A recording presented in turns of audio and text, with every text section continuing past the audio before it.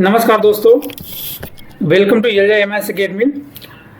ये मेरा third video है। पिछले क्लासेस में हमने एक्सेल के interface, ribbon, tabs and groups के बारे में डिटेल में समझा था। आपने अगर वो वीडियो नहीं देखी होगी तो आपसे रिक्वेस्ट करूंगा पहले वो वीडियो देखिए। अगर आप देखेंगे वो वीडियो तो समझ में ज़्यादा आएगा आप लोगों को, अदरवाइज थोड़ी दिक्कत होती है। ठीक है, आज हम सीखेंगे एक्सेल ऑप्शंस के बारे में। जैसे आप एक्सेल को अपनी ज़रूरत के हिसाब से कस्टमाइज कर सकते हैं। पहले मैं बता देता हूँ एक्सेल ऑप्शंस होते क्या हैं। ठीक है, एक्सेल ऑप्शंस एक सेटिंग पैनल है जहाँ से हम एक्सेल के बिहेवियर को कंट्रोल करते हैं। अगर लेट से मान लीजिए अगर आपको यहाँ पे चेंज करना हो कि बाय डिफॉल्ट जब भी आप एक्सेल ओपन करें तो यहाँ पे अगर जो फॉन्ट आपका दिया हुआ है 8 पे ओपन हो तो आप जब भी ओपन करेंगे आपका 8 पे ही ओपन होगा फॉन्ट साइज हमेशा। लेट से स्टार्ट वन बाई वन हम लोग स्टार्ट करते हैं। पहले उसके लिए अगर एक्सेल के ऑप्शंस में जाने के लिए आपको सबसे पहले फाइल पे क्लिक करना होगा। फाइल पे क्लिक करेंगे। फाइल पे क्लिक करने के बाद यहाँ पे ऑप्शंस के बटन आ रहे हैं, इस पर आपको क्लिक करना होगा। देखिए जैसे आप क्लिक करेंगे बहुत सारे ऑप्शंस यहाँ पे आ गए। इन सारी चीज़ों को ध्यान से एक एक करके हम लोग देखेंगे, लेकिन उतना ही देखेंगे जितना हमें ज़रूरत है, अदरवाइज बाकी सारी चीज़ों पर उतना ध्यान नहीं देंगे। ठीक है, सबसे पहले जनरल में आते हैं। जनरल की चीज़ों में केवल आपको ये बॉडी फॉन्ट जो लिखा हुआ है, अगर ये आप चेंज करना चाहते हैं फॉन्ट साइज, तो कभी मैंने बताया था यहाँ पे फॉन्ट साइज यहाँ पे दिया हुआ है, ये पिछले क्लासेस में बता चुका हूँ मैं ये। ठीक है, तो फॉन्ट साइज आप यहाँ से चेंज कर सकते हैं। अगर आपने पिछले क्लासेस देखा होगा तो आपको आइडिया होगा। ठीक है, और उसके बाद फॉर्मूले पे आते हैं। अगर फार्मूला पे अगर आते हैं तो फार्मूला में देखिए R1C1 रेफरेंस स्टाइल करके दिया हुआ है। इसमें क्या होता है, अगर आपको लगता है कि अगर किसी ने पूछा आपसे कि कॉलम्स कितने कॉलम्स होते हैं, तो कॉलम्स का नंबर अगर आपको जानना होगा तो आपको इस पर क्लिक करके जान सकते हैं। बिकॉज अभी क्या है, अभी यहाँ पे ABCD करके दिया हुआ है, तो कॉलम का नंबर आप पता नहीं कर पाएंगे कितने कॉलम्स होते हैं एक्सेल में, बट आप रो का पता कर पाएंगे। लेट्स से अगर आप देखिए यहाँ पे रो का नंबर दिया हुआ है, कंट्रोल डाउन एरो करके अगर आप नीचे जाएंगे तो आप रो का पता कर सकते हैं कि रो कितने नंबर तक रो होता है। ठीक है, लेकिन कॉलम्स का आप पता नहीं कर पाएंगे। तो कॉलम्स के लिए आपको क्या करना होगा, आपको इस पर क्लिक करना होगा। क्लिक करने के बाद आप ओके करिए। आप जैसे ही ओपन करेंगे देखिए यहाँ पे नंबर्स आ गए। अगर आपको पता करना है कि कॉलम्स कितने होते हैं एक्सेल में, आप डायरेक्टली लास्ट में जाइए। देखिए 16,384 ये कॉलम्स होते हैं एक्सेल में। और अगर आप रो पता करना होगा तो आप कंट्रोल प्लस डाउन एरो से नीचे जाएंगे तो 10,48,576 ये आपका रो है। तो इस तरीके से आप पता कर सकते हैं रो एंड कॉलम का नंबर्स। अब ऑप्शंस में जाते हैं। अब इसको मैं बाय डिफ़ॉल्ट वैसे ही कर देता हूँ, अनचेक कर देता हूँ। बस यहाँ पे केवल एक ही देखना है आपको। ठीक है, अब उसके बाद डेटा में आते हैं। देखिए डेटा का पार्ट छोड़ दीजिए, डेटा में ऐसा कुछ नहीं है। प्रूफिंग में आते हैं। प्रूफिंग में देखिए ऑटो करेक्ट ऑप्शंस यहाँ पे दिए हुए हैं। ऑटो करेक्ट ऑप्शंस होता क्या है, लेट्स से अगर आप बार बार कोई रिमार्क्स लिखते हैं, अगर किसी कंपनी में आप काम करते वक्त एक रिमार्क्स लिखा जाता है कि वट एवर रिमार्क्स हो, जो भी रिमार्क्स आप लिख रहे हैं वहाँ पे, तो बार बार अगर किसी रिमार्क्स को आपको लिखना पड़ रहा है, ठीक है, एक ही रिमार्क्स को अगर बार बार लिखना पड़ रहा है, आपको क्या करना है, एक रिमार्क्स का नाम दे देना है। कैसे वो मैं बता देता हूँ आपको। ऑटो करेक्ट ऑप्शन पे क्लिक करेंगे और यहाँ पे देखिए अगर मुझे लिखना है, कोई रिमार्क्स लिखना है, मैं लिख देता हूँ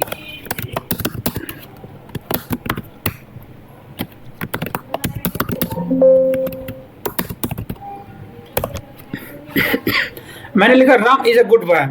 अब इसका देखिए, अब इसको रिप्लेस करते छोटे लेटर्स, छोटे अक्षर से रिप्लेस करते वर्ड से।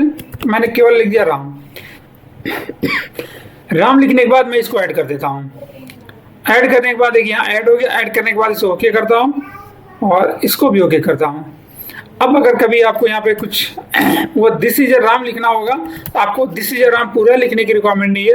आप केवल RAM लिखेंगे और एंटर जैसे ही करेंगे और देखिए this is a good boy आ गया। एक सेंटेंस का जो भी आप नाम देंगे, वो नाम का केवल जो आप वर्ड देंगे उस नाम को लिखेंगे तो ऑटोमेटिक पूरा सेंटेंस आ जाएगा आपका। और अगर इसे आप डिलीट करना चाहते हैं यहाँ से तो ऑप्शंस में जाना होगा। ऑप्शंस में जाके आपको डेटा पे आना होगा, प्रूफिंग पे आना होगा और यहाँ पे देखिए ऑटो करेक्शन पे आना होगा और यहाँ पे आप लिखिए राम। जैसे ही आप राम लिखेंगे ये देखिए सेलेक्ट कर लेंगे इसको और इसे डिलीट कर देंगे, ओके कर देंगे। अब ये डिलीट हो गया। उसके बाद सेव पे आते हैं।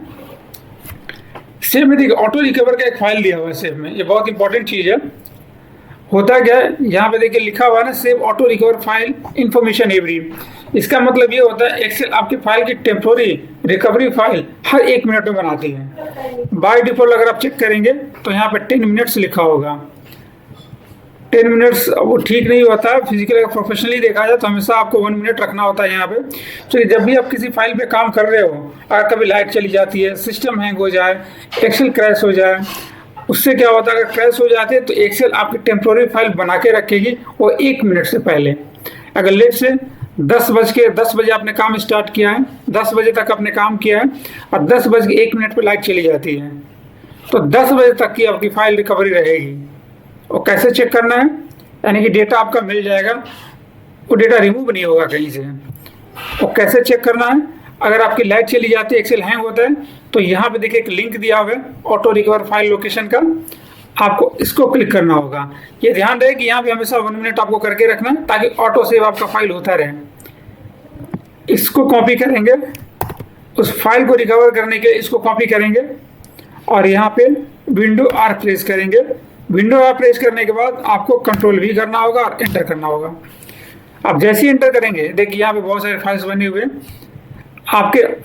अगर आपका फाइल अगर हैंग होता है या कुछ लाइट की वजह से एरर आ जाते हैं फाइल में, तो आपको यहाँ से मिल जाएगा। और टाइम आपको देखना होगा किस टाइम पे आपका फाइल किस टाइम पे एरर शो किया है। यहाँ टाइम दिखा रहा है, टाइम के बेस पे आप डाउनलोड कर सकते हैं। ठीक है, तो डेटा कहीं गायब नहीं होगा। ठीक है, बाकी सारी चीज़ों की इसमें रिक्वायरमेंट कोई नहीं होती है। लैंग्वेज की कोई रिक्वायरमेंट नहीं है, लैंग्वेज बाय डिफॉल्ट रहता है। एक्सेसिबिलिटी में आते हैं, एक्सेसिबिलिटी की भी कोई रिक्वायरमेंट नहीं है। एडवांस में क्या होता है, देखिए अभी आप कर्सर क्या करेंगे ना, एक सेकंड में दिखा देता हूँ। कर्सर अगर आप अभी एंटर करते होंगे, कर्सर आप यहाँ पे क्लिक करके, एक सेकंड में इसको कैंसिल करता हूँ। अगर देखिए आप कर्सर अगर एंटर करेंगे तो देखिए नीचे जा रहे हैं। नीचे क्यों जा रहे हैं, वो इसलिए जा रहा है कि यहाँ पे हमने ऑप्शन डाउन सेलेक्ट कर रखा है। ऑप्शंस में आएंगे, एक्सेसिबिलिटी में एडवांस में आएंगे। एडवांस में देखिए यहाँ पे ना डाउन कर रखा है। अगर मैं जैसे इसको अप कर दूँ और अप करके ओके कर दूंगा, अब अगर मैं एंटर करूंगा तो देखिए ऊपर की तरफ जाएगा। तो अगर आपका कर्सर चेंज करना हो कि मुझे अप करना है या डाउन करना है, तो आप वहां से जाके चेंज कर सकते हैं। एडवांस से जाके आप चेंज कर सकते हैं। और यहाँ पे देखिए ऑटोमेटिकली इंसर्ट डेसिमल पॉइंट, अगर आप इसको चेक करते हैं तो ऑटोमेटिकली यहाँ पे जितना प्लेसेस में आपको डेसिमल चाहिए, जो भी नंबर आप लिखेंगे तो ऑटोमेटिकली 2 प्लेसेस में डेसिमल लेता रहेगा। फिलहाल हमें ये नहीं चाहिए तो इसको अनचेक कर सकते हैं। चूँकि डेसिमल के जो प्लेसेस होते हैं आप यहीं से यहाँ से कवर कर सकते हैं। देखिए यहाँ पे दिया हुआ है ना, यहीं से आप कर सकते हैं। अगर लेट्स से आप कुछ नंबर्स आप लिख रहे हैं, एंटर कर दिया 87 और आप इस पर क्लिक करेंगे यहाँ पे ये वाले पे, तो देखिए ऑटोमेटिकली आता रहेगा। तो इसकी रिक्वायरमेंट वहाँ से कोई ज़रूरत नहीं है, आप यहाँ से भी कर सकते हैं। ऑप्शंस में जाते हैं, एडवांस में जाते हैं। ये मैंने अभी अप किया था, लेकिन इसको डाउन करना है हमें। ठीक है, हाँ बाकी चीज़ें कि इसमें कोई रिक्वायरमेंट आपको एडवांस में देख लेते हैं क्या क्या है। देखिए शो फार्मूला बार, अगर आप चाहते हैं कि फार्मूला बार ना दिखे तो आप यहाँ से अनचेक कर सकते हैं। जब भी कोई शीट ओपन करेंगे फार्मूला बार आपका नहीं दिखेगा। तो सारी चीज़ें आप चेक कर सकते हैं यहाँ से। कस्टमाइज रिबन पर आते हैं। कस्टमाइज रिबन क्या होता है, अगर आपको अपने तरीके से कुछ एक टैब बनाना हो, लेट्स से यहाँ पे जो टैब बना हुआ है ना, ये बाय डिफॉल्ट टैब बना हुआ है, होम का, इंसर्ट का, डाउन का। देखिए यहाँ पे टैब ऑलरेडी बना हुआ है, लेकिन आप चाहते हैं कि मैं अपने नाम से कोई टैब बनाऊं, तो आप टैब अपने नाम से यहाँ कस्टमाइज रिबन के थ्रू बना सकते हैं। कैसे बना सकते हैं मैं बता देता हूँ। यहाँ पे आप न्यू टैब पे क्लिक करेंगे। न्यू टैब पे क्लिक करने के बाद देखिए यहाँ पे आपको रीनेम करना होगा। टैब का नाम आ गया। अब टैब का नाम आपको रीनेम करने के लिए आपको राइट क्लिक करना होगा। राइट क्लिक करके आप इस पर क्लिक करिए और यहाँ पे कोई नाम दे दीजिए। लेट्स से येल्जा MIS एकेडमी, मैंने ये नाम लिख दिया। ओके कर दिया। देखिए जैसे ही मैंने ओके किया, यहाँ पे आ गया येल्जा, ये टैब का नाम है येल्जा MIS एकेडमी। उसके बाद ग्रुप का नाम पूछ रहे हैं। आप ग्रुप का भी अगर कोई नाम लिखना चाहते हैं आप ग्रुप का नाम दे दीजिए, यहाँ पे राइट क्लिक करिए, रीनेम करिए, अब ये लिख दीजिए, ओके करिए। ठीक है, अब देखिए इस ग्रुप में आप जो भी आप फॉर्मेटिंग रखना चाहते हैं, लेट्स मान लीजिए इसको आप करना चाहते हो, उसमें आप ऐड कर दीजिए, इस ग्रुप में आता रहेगा। डिक्रीज फॉन्ट साइज, इसमें ऐड कर दीजिए। एक ही टैब के अंदर जो भी चीज़ें आपको ऐड करनी आप ऐड कर सकते हैं। अगर लगता है कि इसकी रिक्वायरमेंट हमें ज़्यादा पड़ती है, उन सारी चीज़ों को इसमें ऐड कर दीजिए। बाद में केवल एक ही टैब के अंदर से वो सारा चीज़ आप यूज़ कर सकते हैं। इस पर क्लिक कीजिए, इस पर क्लिक कीजिए, इस पर क्लिक कीजिए। हाँ, इसको मैं ऐड कर देता हूँ। ऐड करने के बाद अब मैं केवल ओके करता हूँ। देखिए जैसे ही मैंने ओके किया, देखिए ये एमआईएस एकेडमी के नाम से बन के आ गया एक टैब, और यहाँ पे क्लिक करेंगे तो जो भी चीज़ें मैंने ऐड करी थी ऑटोमेटिकली यहाँ पे ऐड हो गया है। अगर आप इसको डिलीट करना चाहते हैं तो आपको फाइल में जाना होगा,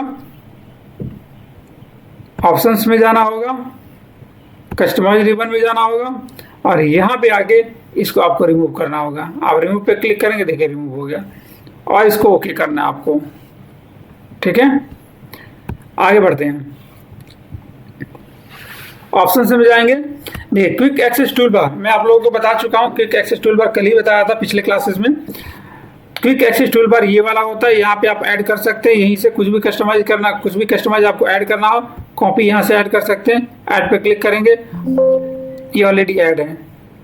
जैसे आपको अगर फ़ॉन्ट कलर ऐड करना हो आप ऐड कीजिए, यहाँ पे आएगा, यहाँ भी फ़ॉन्ट कलर आ जाएगा। जैसे ही आप ओके करेंगे, जैसे ही मैंने ओके किया, देखिए फ़ॉन्ट कलर यहाँ भी आ गया। ठीक है, आगे बढ़ते हैं, ऑप्शंस पे आते हैं।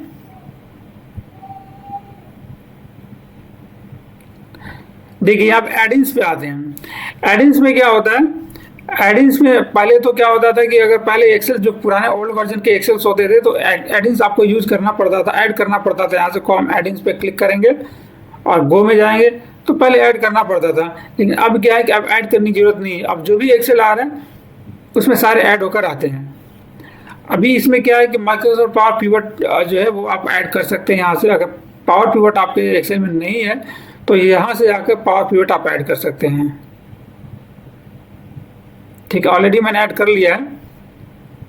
ठीक है, ये एक्सेस ऑप्शंस के इतने ऑप्शंस हैं। बाकी फिर स्टार्ट करेंगे। अभी एक्सेस ऑप्शंस के बारे में, एक्सेल इंटरफेस और ग्रुप और ये सब चीज़ें मैंने बता दी है। अब स्टार्ट करूंगा बेसिकली एमआईएस एनालिस्ट के बारे में कि एमआईएस एनालिस्ट होता क्या है और एमआईएस का काम क्या होता है और किस तरीके से फॉर्मूले लिखे जाते हैं, सब कुछ डिटेल में बताऊंगा। Worksheet, workbook, row and column, सबके फॉर्मूले, सबके डेफिनेशन, सब कुछ बताऊंगा। डेफिनेशन सबके बताऊंगा, डेफिनेशन के साथ साथ कैसे वर्क किया जाता है वो सारी चीज़ें बताऊंगा। तो बस आज के लिए इतना ही रखते हैं। धन्यवाद, जय हिंद।